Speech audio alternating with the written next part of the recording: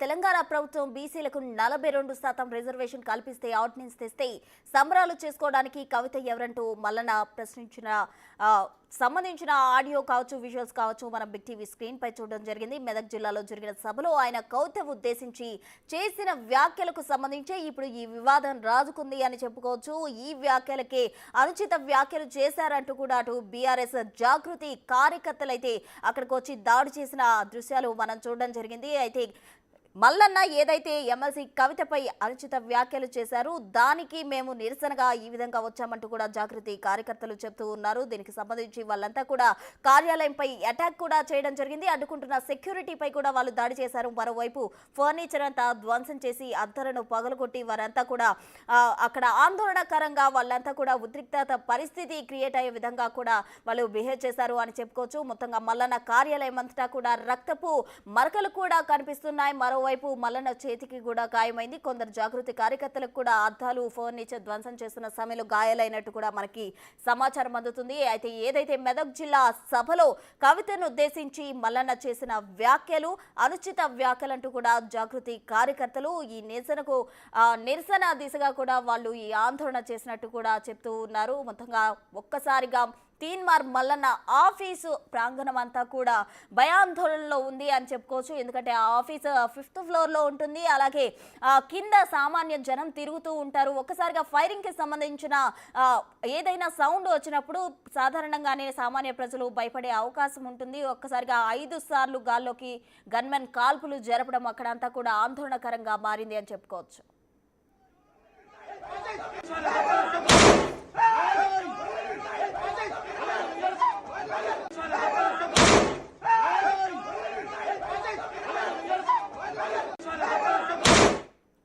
తాజా అప్డేట్స్ మా ప్రతినిధి సురేష్ అందిస్తారు. సురేష్, తీన్మార్ మల్లన్న ఆఫీస్ వద్ద ప్రస్తుతం పరిస్థితులు భయంకరంగా మారిపోయిన పరిస్థితి కనబడుతుంది. పోలీసులు స్పాట్ కు చేరుకొని కేసు నమోదు చేసి దర్యాప్తు చేస్తున్నారు. మల్లన్నని కూడా అడిగి తెలుసుకున్నారు. అసలు దాడికి గల కారణాలు ఏంటి, ఎవరెవరు వచ్చారు, ఎంతమంది ఇక్కడికి చొరబడ్డారు, వాటికి సంబంధించిన పూర్తి వివరాలు అడిగి తెలుసుకుంటున్నారు. ఇక జాగృతి కార్యకర్తలు పెద్ద ఎత్తున ఒక్కసారిగా తీన్మార్ మల్లన్న ఆఫీసు చొరబడి అతనిపై దాడి చేసేందుకు ప్రయత్నించడంతో ఈ గన్మెన్ కాల్పులు జరపడం జరిగింది. ఇతర గన్మెన్లు కూడా చాలా సేపు వారిని అడ్డగించి ఆపే ప్రయత్నం చేసినప్పటికీ కూడా వారు ఆపకుండా ఆ డోర్ కున్న అద్దాలతో పాటు అవతలిలో ఉన్న అద్దాలను బ్రేక్ చేసి లోపలికి వచ్చే ప్రయత్నం చేస్తున్న తరుణంలోనే ఫైరింగ్ చేయాల్సి వచ్చిందని గవర్నమెంట్ చేస్తున్నారు. అయితే బీసీ రిజర్వేషన్లకు సంబంధించి ఎమ్మెల్సీ కవిత పైన తీన్మార్ మల్లన్న చేసిన వ్యాఖ్యలను దాడి చేసేందుకు జాగృతి కార్యకర్తలు ప్రయత్నించినట్టు ప్రస్తుతం దాదాపు 100 మంది జాగృతి కార్యకర్తలు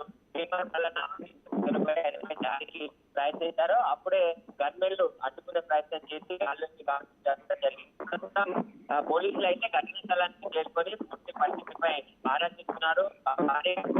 తీన్మార్ మల్లన్న ఆఫీస్ వద్ద గౌరవించడం జరిగింది. మళ్ళీ దాడికి అవకాశం ఉంటుంది కాబట్టి అక్కడికి ఎవరు రాకుండా పూర్తి స్థాయిలో పోలీసులు కూడా చేరుకొని అటువైపు ఎవరు రాకుండా అడ్డుకునే ప్రయత్నం చేస్తున్నారు. ప్రస్తుతం అయితే మల్లన్న ఆఫీస్ అంతా కూడా పూర్తిగా ధ్వంసమైంది. ఆయన ఆఫీస్ లో ఫర్నిచర్ అన్ని విధంగా జరిగింది. ఆ తర్వాత మల్లన్న ఉన్నటువంటి క్యాబిన్ లో మల్లన్న